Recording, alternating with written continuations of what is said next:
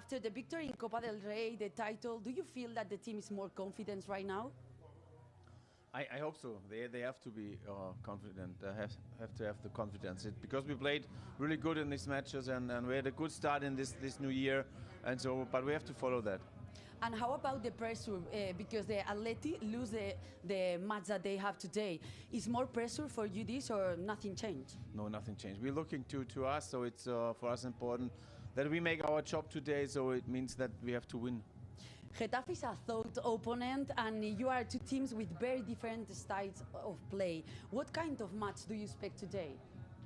Well, similar that they play in Barcelona. So they will try to defend well, and they do it really good because they receive less goals. But it's all we have to control the match. This is very important. Less mistakes. It's helpful, and then this is what we want to do. Also, they defend very compactly. What needs to be done to break through their defense? Like, what have you worked to prepare this kind of match?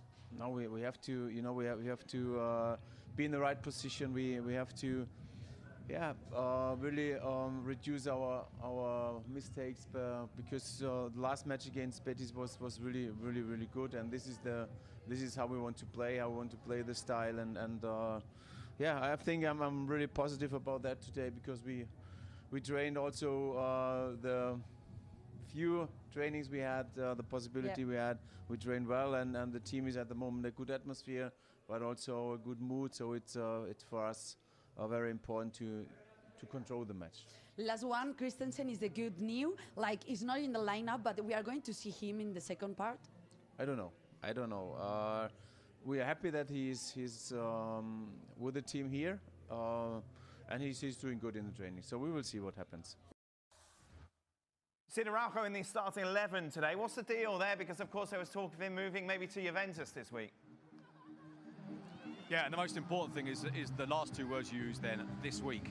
So Araujo is in a situation in which he has 18 months left on his contract. He's not been entirely convinced about whether or not it's a good idea to continue for footballing reasons, because of course he hasn't been starting this year, and to continue for financial reasons, because actually he's not amongst the best 10 well-played players in the team. Now, that's something I think for the summer. But there was that threat of him going now, and you may have seen that footage at the end of the Super Cup final, I think it is. He's talking to Lewandowski. Lewandowski is saying to him, mate, you've got to wait.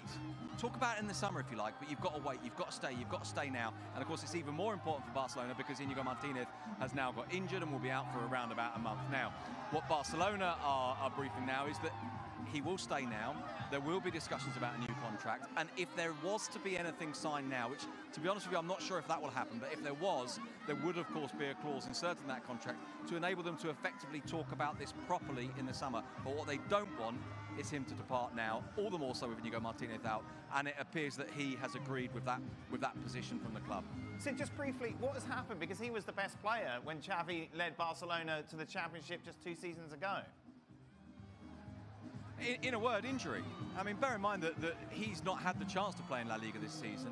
In his absence, Inigo Martinez, who would have been the third choice centre-back behind him and Pau Kubasi, has come in and played really, really well. And so that's in truth, it's as simple as that. He wasn't playing, someone else did, played better than him, or at least played better than him because he wasn't available, and there was no reason to change until now.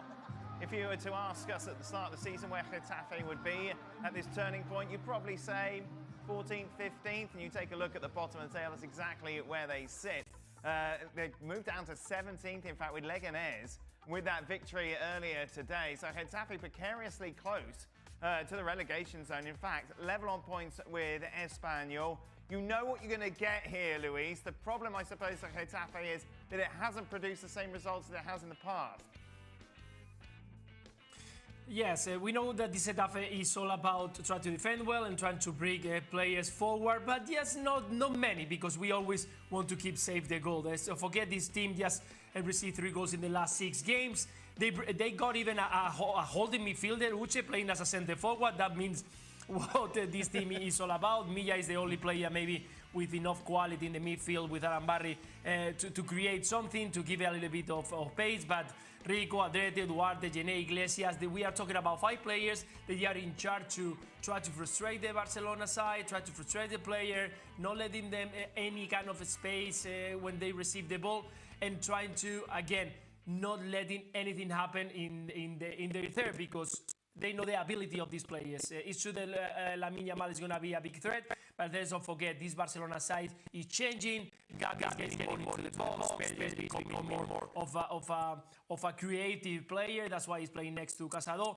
And again, this Getafe is all about destroying, not much about trying to build and scoring goals. Luis, does your son still support Getafe? Have you disowned him yet? Yeah, actually, they are at the stadium at the moment. Wow. I couldn't go with them, but they are watching. I have to tell you, I got my 15 years old playing for Getafe, for Cadete, so I'm sure that he's going to have divided his heart. Well, he'll learn how to kick people, that is for sure, at the academy there. For Getafe, if you look at all La Liga teams, they bring something very different to the table, it's fair to say, isn't it? Yeah, and this was a question that was asked of Hansi Flick yesterday, and I quite liked his answer. It was a very diplomatic way of approaching it. He said, I really love La Liga because every team has something different. Every team has their own identity, and of course Getafe's is really very clear. And I don't want anyone to turn off, so I'm reluctant to give you this stat, but I'm going to. The last 4 times Barcelona have come here, 3 0-0s and a 1-0 victory for Getafe. So Barcelona haven't scored, Getafe have only scored 1. What Luis was saying about the fact that Uche will play up front, a guy who they discovered as a deep line midfielder, albeit has played further up the pitch this year and scored on the opening day against Athletic Club, hasn't scored since, by the way.